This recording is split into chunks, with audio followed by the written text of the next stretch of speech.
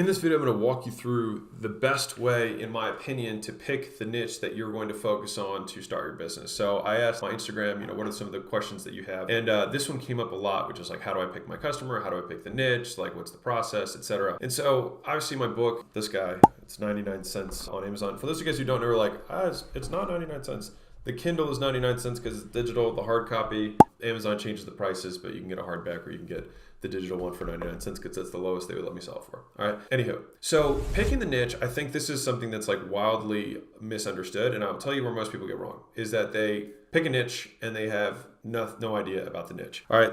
And so Y Combinator, which is a venture, it's like an incubator type thing in Silicon Valley. They have their things that they look for when they're investing businesses and they're accepting them into YC. And one of the ones that was really interesting to me is that they look for past experience within the space. And because I think a big part of that is that a lot of times new businesses are not actually really new. They're slight iterations on things that are old. And candidly, within my own business experience, I don't even do anything new. I just try and do stuff better, which people somehow poo-poo on. It's like you could go into dry cleaning and do it better than everybody else and still win. Like you could go into lawn care and do it better than everyone else and still win. And I think that's wildly underrated. You don't need anything new. And so like I think that is a wildly underestimated component of having strategy in business is just like how am I going to use the value equation in the book? Like how am I going to provide more value to my customers than anyone else can? But like the actual industry itself that you're serving doesn't need to be new or different, right? So that being said, like service with a smile, wildly underrated. But the piece that I wanted to hit on here is that like I'll tell you this story because I think it really drives this point home. So in Allen, our software company that we recently sold a majority stake in, one of the agency owners,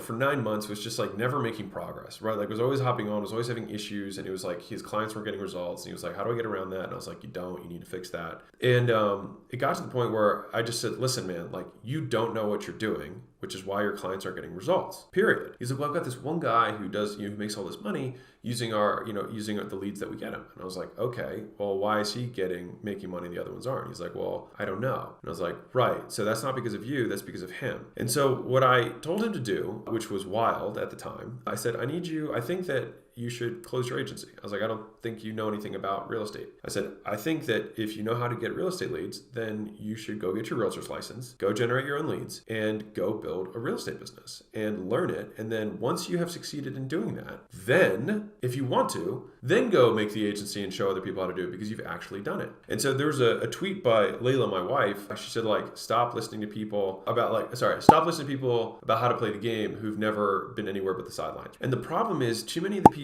who are watching this right now, y'all are on the sidelines and have always been on the sidelines and are trying to pick a niche to get into to sell how to do the niche. Well, that's dumb. You've never done it. So a lot of times people are trying to skip to a higher leverage opportunity without having done the requisite work of understanding the niche, which is why the Y Combinator people look for, like, if you want to make a software in the payment space, we'd love to see that you have experience in the payment space because there's so much stuff that you don't know that you know when you actually spend 3-5 years doing something in an industry. You understand the lingo, you understand the avatar, you understand the problems, and you can see opportunities if you have an entrepreneurial hat on. There's always problems in every industry, which means there's always opportunity. And fundamentally, business is just solving problems that exist and making sure the math makes sense. Like that's literally it. It's like, where is there a problem? How much do they think this is a problem? And is there a way that I can solve it and charge for it? That's it. Like that's really all that business is. And really how well you solve the problem is going to dictate how much virality your business has, because if you solve it really well, people will tell people and your business will grow, right? I think the problem that a lot of people have is they didn't know how to make an offer, right? Is the fundamental thing that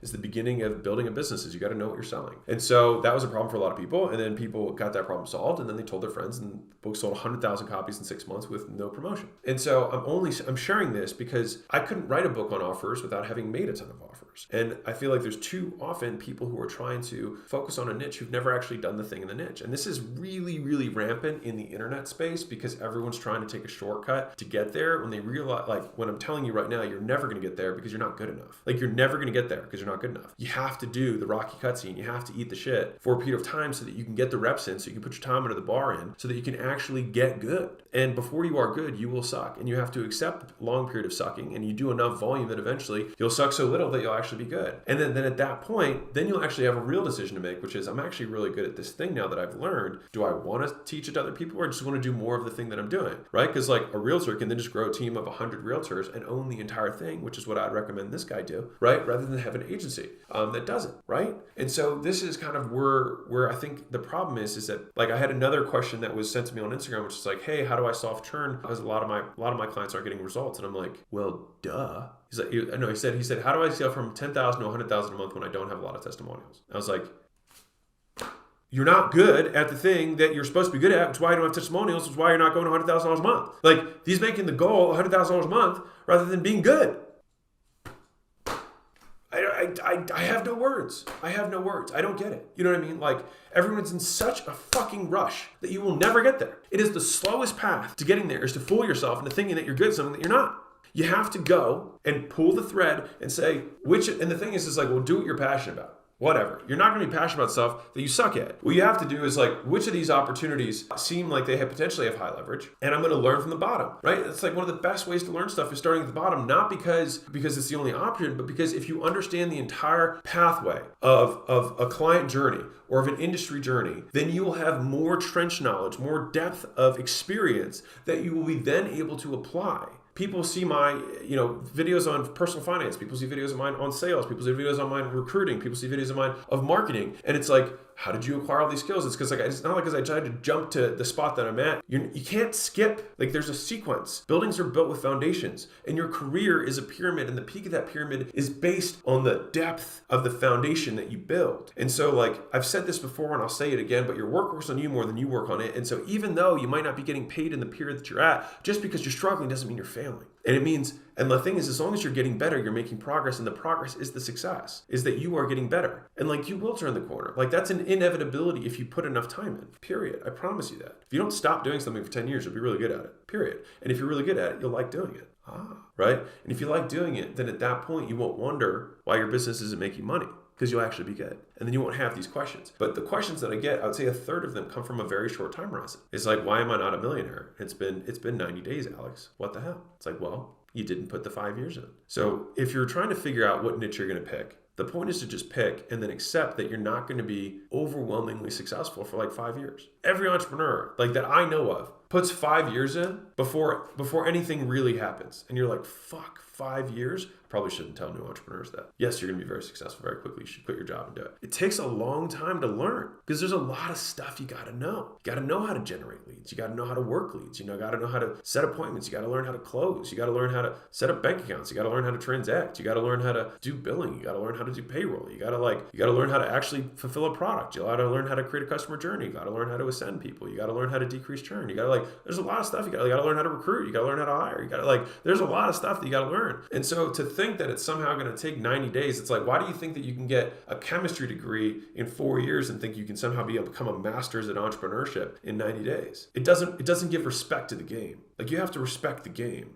Like, a lot of people have been playing this for 40 years. No one's getting their master's degree for 40 years. Well, some PhDs are, right? And they're probably pretty good at whatever their thing is, right? And so it's like, to think that you're going to beat guys who've been playing the same game for 40 years on your first try in 90 days doesn't respect the game. And so, like, I was fortunate that I started young. I started when I was 23. I mean, the only thing I could have done without doing that is just start instead of going to college. But you have to put your time under the bar. Your legs aren't going to grow until you can't do 4 squat workouts and expect your legs to grow. You'll get better at squatting, and that getting better at squatting is a requisite for having bigger legs, but you still got to put the volume in. There's a depth of understanding that happens with volume that people cannot appreciate. You got to do the boring work, and you got to love the boring work. And if you can do that, you won't lose, because the only person who's injecting this artificial timeline on you is you. And so anyways, it was like one of the number one questions that I was getting in my comments and stuff. It's like, how do you pick the niche? How do you know where to start? You don't know where to start. You just start, and then you start accumulating knowledge, and then you will learn. It's like reading books on sales before you've actually had a sales call. I'm actually very against it. I think you should start selling and then read books on sales, because then the books will actually make sense to you, right? Like, trying to read 100 books on entrepreneurship before you've actually had a business is silly. Start a business. How do you start a business? You get a bank account, you get an LLC, and you figure out what you're going to sell. Like that's what you do, right? That's how you start a business. So it's going to start with promotion and selling, because you can't even have the rest of the stuff until you learn how to do that. And if you don't know what you're selling, it's because you probably aren't good at the thing yet. So you got to go like get some industry experience, right? That's why banks, by the way, they don't loan to people who don't have industry experience. So if you're like, hey, I want to get a loan to, this was actually a story I heard from my gym owner who ended up working with us for a period of time, was in gym launch, was he wanted to start a gym and get a loan from the bank, and he went to like 10 banks and they all said no, and he said the reason was because he didn't have experience. So what he did was he went to Bally's and worked at Bally's for like 3 or 4 years and worked his way up to becoming the personal training manager, and then at that point started his gym. And he didn't even need the bank loan at that point because he had saved some money and he learned how the business worked. And lo and behold, he was like, that was some of the best advice I ever had. So sometimes you just got to get the industry experience. People just want to skip to the last step when like there are prerequisites to getting there, which is why prerequisites exist. So this is hopefully the real answer to how to pick your niche, which is like you just need to do something that is at least not repelled from, that you see people making money in, and then stick with it for an inordinate amount of time without convincing yourself that you're smarter than you are, which is a loose paraphrasing of a Twitter quote that I can't remember who wrote it. So anyways, if you're new, I don't know if I said in the beginning, but my name is Alex Hormozi. I own acquisition.com. We do about $85 million a year. And if this is your first video, welcome to Mozi Nation, and I'll see you in the next vid. Bye.